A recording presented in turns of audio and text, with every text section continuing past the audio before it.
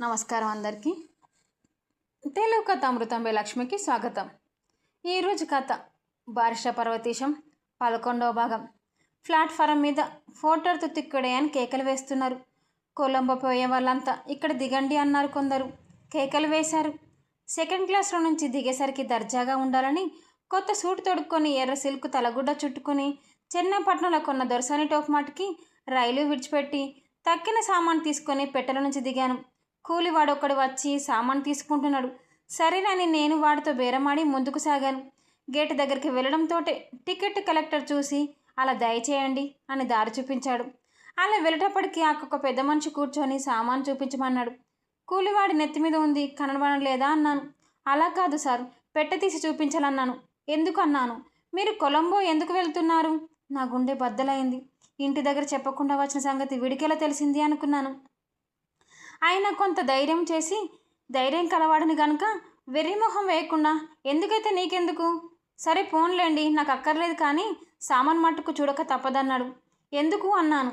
ఇక్కడ మాది రూలు అన్నాడు. ఏమిటా రూలు అన్నాను. పన్ను విధించవలసిన వస్తువులేమైనా దొంగతనంగా తీసుకెళ్తున్నారేమో చూడాలి అన్నాడు.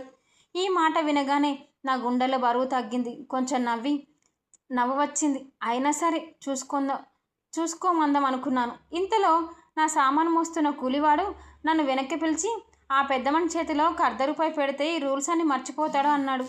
లేకపోతే మనకు స్టీమర్ తప్పిపోతుంది అన్నాడు.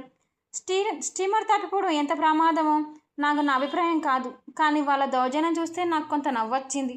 అతను ₹1 చేతిలో వేసేసరికి చేటంత ముఖం చేసుకొని అదివరదాకా కూర్చున్నవాడు లేచి సలాం చేసి థ్యాంక్ యూ సార్ అని పెట్టమట్టుకు, ఇందులో వాటి బట్టలేనా సార్, అయితే పోవచ్చును సార్ అన్న విడిచిపెట్టాడు. బ్రతుకు జీవుడు అనుకొని తిన్నగా స్టీమర్ దగ్గరికి నడిచాను. ఇంతలోకి వెనుక నుంచి ఒక రైలు బంట్రోతు పరిగెత్తుకు వచ్చి నేను రైల్లో విడిచిపెట్టిన దొరసాని టోప్ పుచ్చుకొని వచ్చి నాకు అప్పచెప్పాడు. విధి లేక తీసుకున్నాను. వాడు పోకుండా అక్కడ నిలబడ్డాడు, చేతులు నలుపుకుంటూ. సరే టోపీ నాదే, వెళ్ళమన్నాను. ఏమన్నా ఇమ్మని కూర్చున్నాడు. నాకు స్టీమర్ వేలవుతుంది, సరే ఒక పావులా ఇచ్చి టోపీ ఖరీదు కదా వడ్డీ అనుకొని ముందుకు సాగాను. ఆ సముద్రము, ఆ గుట్టు, అక్కడ దీపాలు, ఆ హడావిడి అంతా చూస్తే నాకు చాలా సంతోషం వేసింది. కానీ స్టీమర్దేనని చెప్పేటప్పటికి మాటకి ఎక్కబుద్ధి కాలేదు. బొత్తిగా చిన్నదిగా ఉంది, మామూలు రహదారి పడవలాగా ఉంది. స్టీమర్ మటుకు ఇంత చిన్నగా ఉంటే దాంట్లో సముద్రం మీద వెళ్ళడం ప్రమాదం కదా అనుకున్నాను. దీని మీద వెళ్ళవలసిందే ఉంటే ఇంతకంటే మళ్ళీ ఇంటికి బయలుదేరడమే నయమనుకున్నాను. ఇలా ఆలోచిస్తూ నించుండగానే కూలివాడు సామాన్ లోపల పెట్టేసి నన్ను ఎక్కమని తొందర పెట్టాడు. అదేంటి, కొలంబో వెళ్ళే స్టీమరు అన్నాను. కాదండి, పెద్ద స్టీమరు 5-6 మైళ్ళ దూరం లోపల ఉంది. ఇది దాని దగ్గరకు తీసుకువెళ్తుంది, ఎక్కండి త్వరగా అన్నాడు. అయితే పర్వాలేదు అనుకొని ఎక్కాను. ఎక్కి అక్కడ ఒక బల్ల మీద కూర్చున్న కాసేపటికే బయలుదేరుతుంది. మొత్తం జనం నాతోటి ప్రయాణికులు 25 మంది అవుతారు అంతే. బయలుదేరి ఒక 5 నిమిషాల వరకు చాలా సరదాగా ఉంది. నీటి తుంపరుల మీద పడుతూ ఉంటే నేల కంతకంతకు దూరం అయిపోతూ, ఒడ్డునున్న దీపాలు దూరమైన కొద్దీ మినుగు మినుగు అంటూ అన్ని వైపుల చీకట్లు కమ్ముకు వస్తూ, పైన నీలాకాశము, దానికి వేలగట్టిన పాదరసపు బండలాగా అనేక చోట్ల నక్షత్రాలు, కింద ఎటు చూసిన అగాధమైన సముద్రము ఈ కెరటముల మీద లేస్తూ దిగుతూ ఉయ్యాలోగుతున్నట్టు అంతా మా బాగానే ఉంది. కానీ కవిత్వం రాకపోవడము, ఇప్పుడున్న కవులకు తోడు నా బోటివాడు ఇంకొకడు బయలుదేరితే భరించలేకపోయేవాళ్ళు ఈ ఆంధ్రులు. కొంచెం సేపటికి పగలస్తమానం భోజనం లేని కారణాలు ఎందుచేతను కానీ తలనొప్పి ఆరంభమైంది. కాస్త ఎక్కడైనా ఒరుగుదాం అంటే ఎక్కడ ఖాళీ లేదు. అలాగే తల పట్టుకొని కూర్చుండగా వికారం కూడా ఆరంభమైంది. ఏమిటా దేవుడా, ఇలాగో కొంపసి జ్వరం వచ్చి పోతానా ఏమిటి, ఇంత దూరం వచ్చి మళ్ళీ వెనక్కి వెళ్ళవలసి రాదు కదా అనుకున్నాను. అన్ని మాట అలా ఉంచి మళ్ళీ ఇంటికి వెళ్తే నలుగురు హాస్యాస్పదంగా ఉంటుందేమో అని తోచింది. కళ్ళు మూసుకొని కూర్చున్నాను. ఆ వ్యవస్థలో అలా ఉండగా ఇంకో ఆలోచన తోచింది. దాంతో మరీ హడలిపోయాను. ఈ ఆలోచన మొట్టమొదటే వస్తే ఎవరన్నేమన్నా నవ్వుతారేమో, సరే తిట్టినా సరే మాట్లాడకుండా తిరుగురాయిలో ఇంటికి చేరుకునేవాడిని. ఇప్పుడేమైనా వెనక్కి తగ్గడానికి వీలు కనబడదు, ముందుకు సాగితే బతికి ఎత్తు కనబడదు. ముందుకు పెడితే నొయ్యి, వెనుకకి పెడితే గొయ్యిలాగుంది నా బతుకు. ఏమీ తోచదు. ఇంకోళ్ళు సలహా అడగడానికి మనసొప్పదు. ఒకసారి ఇంటి సంగతి జ్ఞాపకం వచ్చింది. ఆహా, ఎంత తెలివి తక్కువ పని చేశాను. నా ఇంగ్లాండ్ వెళ్ళమని సలహా ఇచ్చినామని చాలా తిట్టుకున్నాను. అక్కడికే ఒక్కడే కొడుకును, నా మీద ఎంతో ఆశ పెట్టుకున్న నా తల్లిదండ్రులు విచారిస్తారు కదా అనుకున్నాను. ఏమనుకుంటే ఏమీ లాభము. ఇంతకు అసలు సంగతి ఏంటంటే, ఈ చిన్న స్టీమర్ నుంచి పెద్ద స్టీమర్ ఎక్కడానికి ఎలాగో అని సందేహం కలిగింది. కొంతసేపు ఏమీ తోచక హఠాత్తుగా మా ఊళ్ళో ఒకరు చెప్పుకుంటే సంగతి జ్ఞాపకం వచ్చింది. చిన్న స్టీమర్లోంచి పెద్ద స్టీమర్ ఎక్కే ఉపాయం చెప్పుకుంటున్నారు వాళ్ళిద్దరు. అది నేను వినడం ప్రారంభించాను. పెద్ద స్టీమర్ నుంచి చిన్నదానికి దగ్గర ఒక తాడునిచ్చిన దింపుతారట. చిన్న స్టీమర్ ఎప్పుడు కెరటాల మీద పైకి మాటకు లేవడం, ఒక మాట దిగడం ఉంటుంది కనుక ఆ నిచ్చెన ఎప్పుడు అందుబాటులో ఉండదట. అందుకని ప్రయాణికుల సమయం కనిపెట్టి కెరటముల వల్ల పైకి లేచినప్పుడు ఎగిరి ఆ నిచ్చెన అందుకొని ఎక్కి పైకి వెళ్ళవచ్చునట. అట్లా చేతకాని వాళ్ళను నడుముకు ఒక తాడు కట్టి పెద్ద స్టీమర్ మీద నుంచి కొంకెం ఒకటి దింపి ఆ కొంకానికి తాడు తగిలించి పైకి లాగుతారట.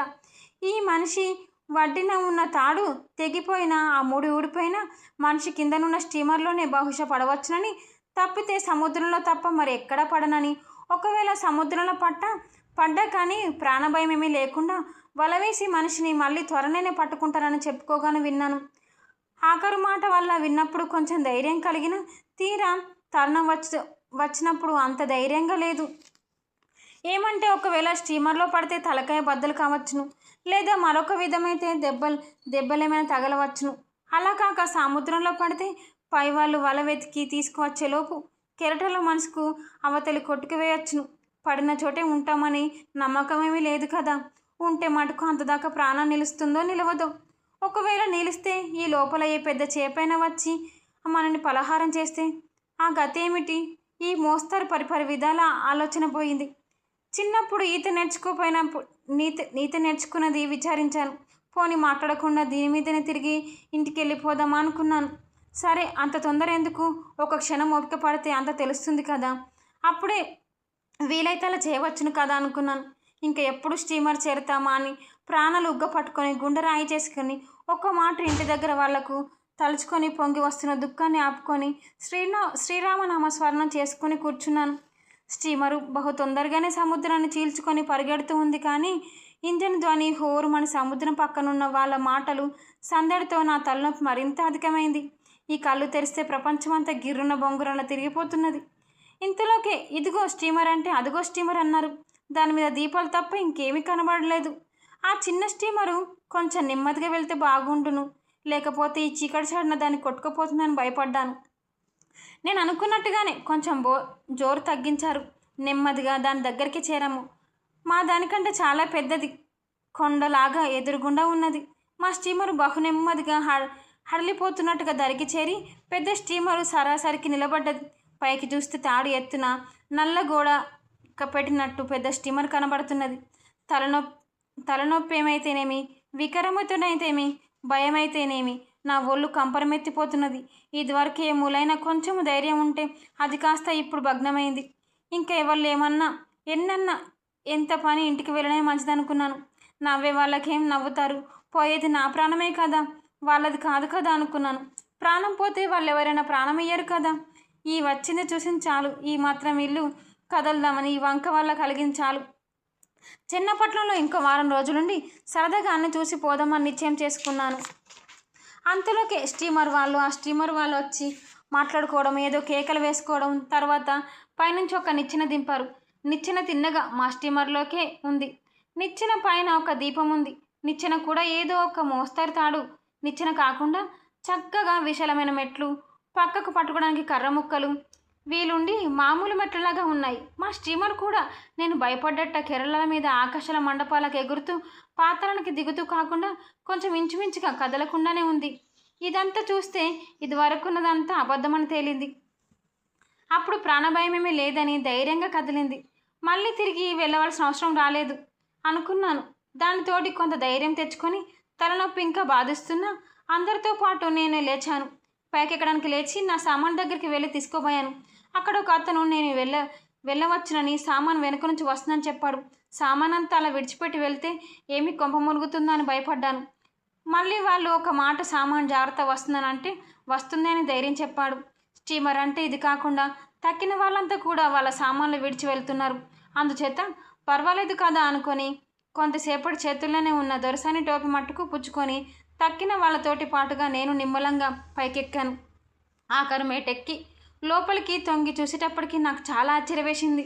ఈ స్టోరీ మీకు నచ్చినట్లయితే లైక్ చేయండి, షేర్ చేయండి. మరిన్ని కథల కోసం మా ఛానల్ సబ్స్క్రైబ్ చేసుకోండి.